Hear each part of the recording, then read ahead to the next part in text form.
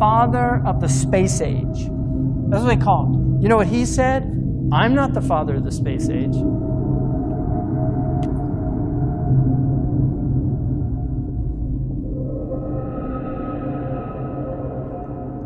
That's the real father of the space age. Okay, now this guy, who was at Cal Poly Tech, right? This guy, Jack Parsons, was openly a devil worshiper. He developed the fuel that enabled us to penetrate the stratosphere. Satellites could not have come about without this guy. In his diary that he himself wrote, he had a dream. This is 1948. He had a dream where he saw somebody that he calls Belial Dajjal. And he tells him, you are helping me. Wallahi, I'm not making this up. You go look it up yourself. Okay, so where's all this stuff coming from? Seriously, where's it all coming from? We're in the age of the Dajjal, you know. It's just Allahu Alam, when and where and what. But this is it, people. As far as I'm concerned, it's end game. Water and prayer and Qibla. Can't take that away from us. So we need to prepare as much as we can. You know, but the technology, if you study where all this technology comes from, read about the magic and the Enlightenment period. All these scientists were magicians. They were all into black magic. You read about Francis Bacon. I just read a biography of Francis Bacon called Knowledge is Power, Magic and the Creation of Modern Science. Francis Bacon was reading all these magical books. Arthur C. Clarke. Arthur C. Clarke, great technologist. He actually has most of the patents that enabled the satellites, right?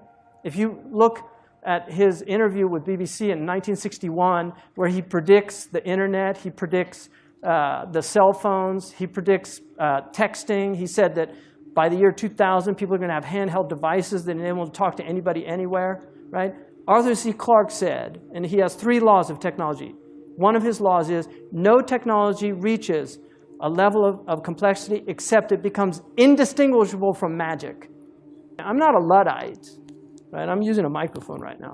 I'm not a Luddite, but this whole worshipful attitude towards technology to me is really stupid.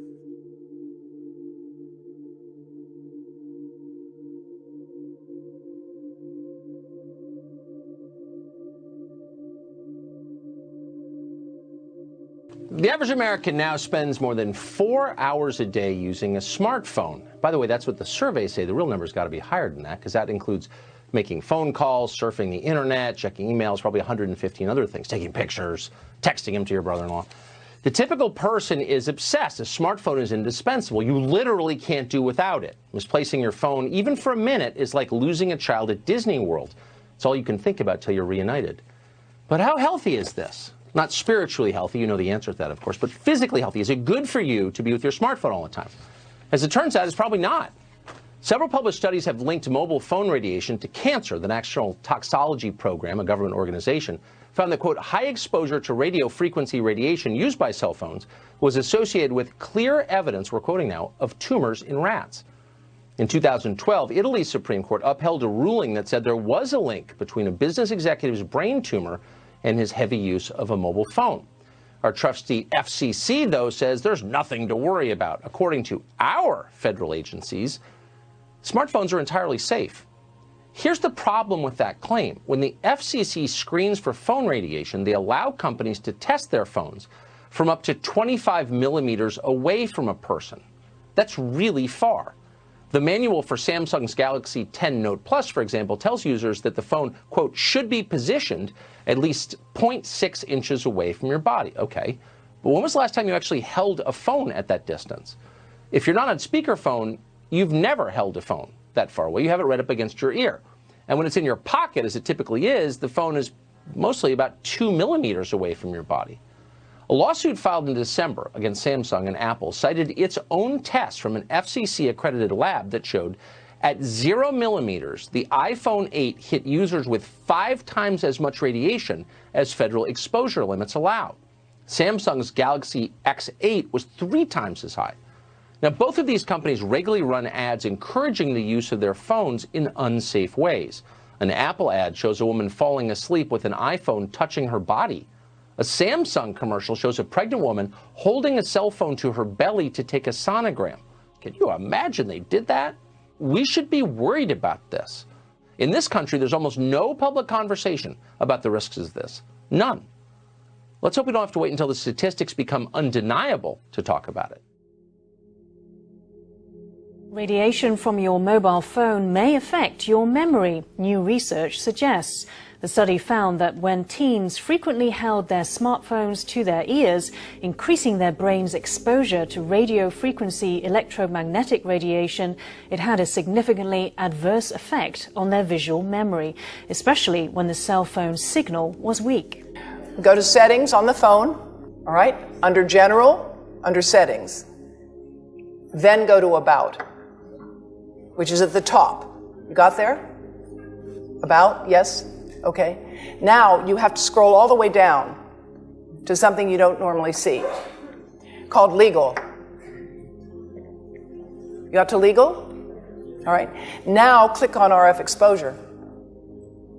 Now you can read it later, but it's basically telling you that you need to know that you cannot keep the phone directly next to your body without exceeding the as-tested exposure guidelines. All smartphones come with some information that basically says, don't keep the phone in your pocket or you will exceed the as-tested exposure guidelines. Now, how many of you knew that before today?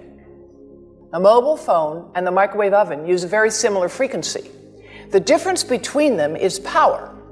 The power of the microwave oven is 1,000 watts. And of course, that's power that can heat up a cup of water in maybe 60 seconds. The microwave oven, the mobile phone, the cordless phone, the Wi-Fi monitor, the baby monitor, they all use the same frequency. They differ in power.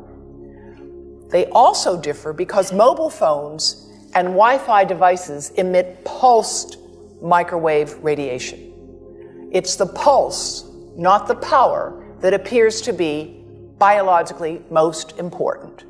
The pulse that is erratic and irregular, like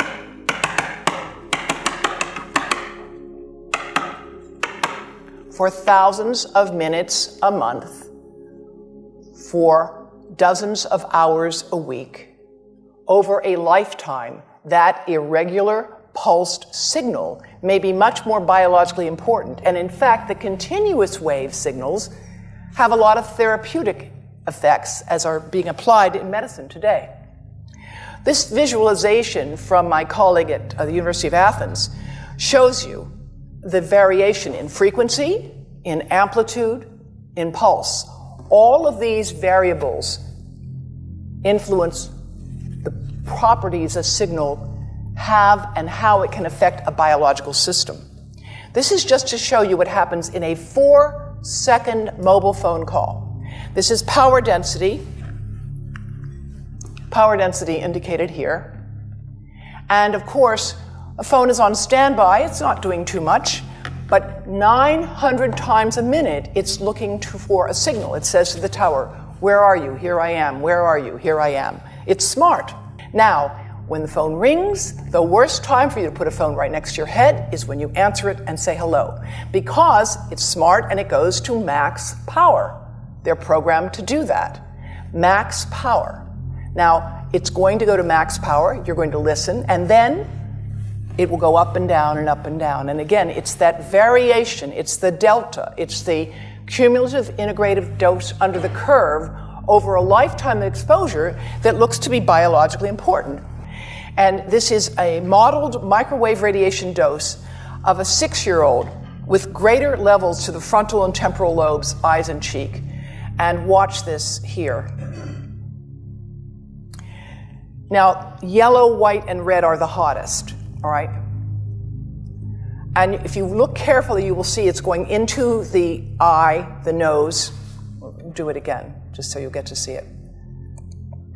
And partly into the brainstem. Now, that's just showing you that there's going to be some exposure into that area. of a young head. It doesn't tell you that there's any biological effect, right? Now, the next slide is going to show you something that might be of interest to students and faculty here. And that has to do with exposure to the reproductive organs, I think you say the testicles, and bone marrow. And look here at the radiation as it gets into the groin area. And that's just from having a mobile phone modeled into the pocket. And this is a 3-year-old brain that we modeled. And you see that by the end of that 6-minute call, the peak radiation, yellow and red, is getting all the way into almost both eyes.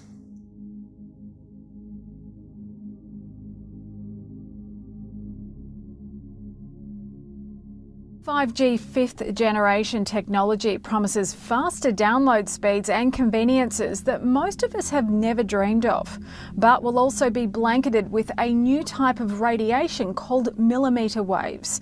Health experts are warning about the rising risks with a 5G rollout. It's not been made clear to the public that 5G won't just be another number and letter on your cell phone. It requires an entirely new infrastructure of thousands of small cellular antennas to be erected throughout cities where it's going to be installed. What would 5G infrastructure look like? Small cell antennas could be placed as close as every third hydro pole. Scientists from 42 countries are now warning their governments about the emerging health problems associated with wireless radiation, and Canadian doctors and scientists have added their voices. The most prevalent symptoms include headache, fatigue, decreased ability to concentrate, tinnitus, irritability, and insomnia. Impacts on the heart and the nervous system are also of great concern. Dr. Rena Bray has been working at the Provincial Environmental Health Clinic for 15 years and seen the number of people suffering adverse effects from electromagnetic exposure rising. We are concerned that the upcoming introduction of 5G will significantly increase the proximity and extent of exposure to microwave radiation in Ontarians. We predict that the number of people who develop the symptoms I just mentioned will rise in the places where 5G is first installed. Dr. Magda Havas is internationally recognized for her research on the biological effects of electromagnetic pollution. She said that at high intensities, these waves cause intense heat and pain because sweat glands on the surface of our skin act like mini antennas. At lower frequencies, scientists are predicting damage to eyes, loss of insect populations which are already declining, antibiotic resistance in bacteria, and physiological effects on the nervous system and on the immune system. Radiation from radio frequencies is classed in the same category of carcinogens as lead. One advisor to the World Health Organization said there's enough evidence that if they were to re-evaluate radio frequency radiation, it would be placed in class 1, i.e. a human carcinogen, and governments could not possibly ignore that. Some say the scientific debate about the health effects of microwave radiation is over, but the question remains, can we afford to take this risk? Medical doctors are requesting delayed deployment until testing can be conducted on the long-term biological effects of 5G technology.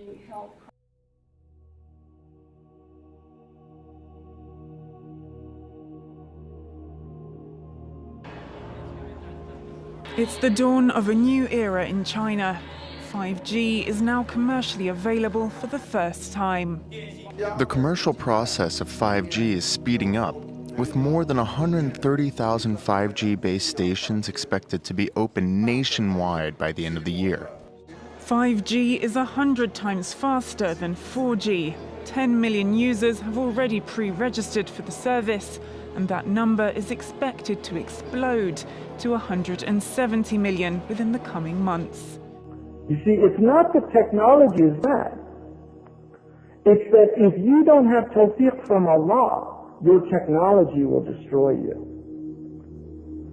That's the difference. You see, is that when you have taqwa of Allah subhanahu wa ta'ala, Allah gives you tawfiq. When you're doing these things for the sake of Allah, Allah gives you tawfiq. And so those things become beneficial to you.